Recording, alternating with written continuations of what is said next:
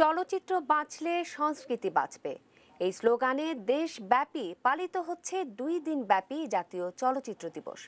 বিএফডিসিতে আয়োজিত অনুষ্ঠানে চলচ্চিত্রের সুদিন ফেরাতে করণীয় নিয়েই ছিল সবচেয়ে বেশি উদ্বেগ ও আলোচনা। সরকার, চলচ্চিত্র শিল্পী ও কলাকুশলী, দর্শকদের সমন্বিত আন্তরিকতাই এখানে সমানভাবে দরকার বলে মনে করছেন সবাই।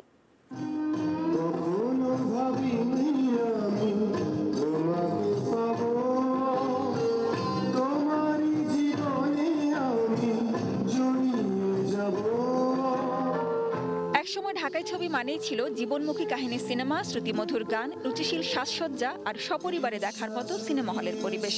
শুধু দেশি দর্শকদের নয়, প্রতিবেশী দেশগুলোতেও এদেশি সিনেমার কদর ছিল।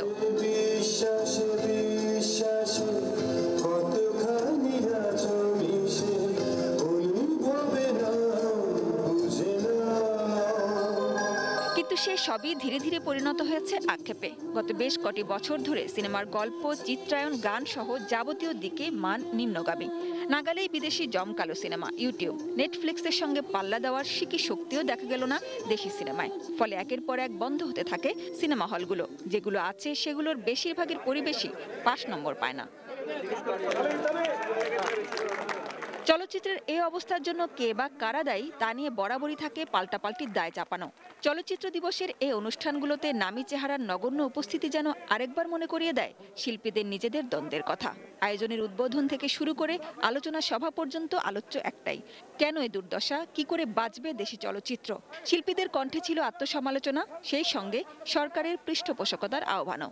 অন্তত 10টি ছবিকে বাছাই করে যদি অনুদান দেওয়া যেত, তাহলে চলচ্চিত্রের সংখ্যা বৃদ্ধি পেত এবং চলচ্চিত্রের মানও বৃদ্ধি পেত।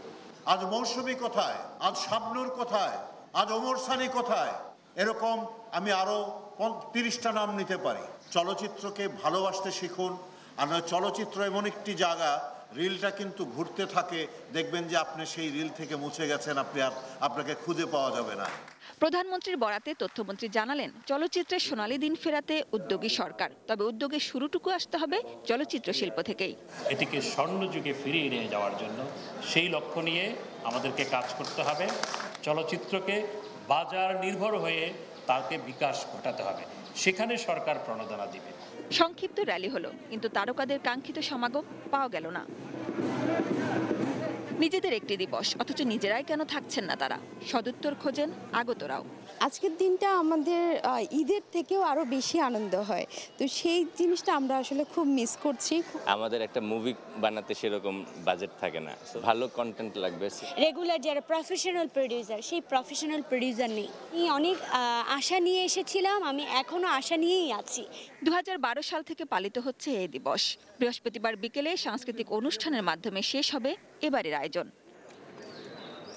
Sajida Sweety, ATN news, Dhaka.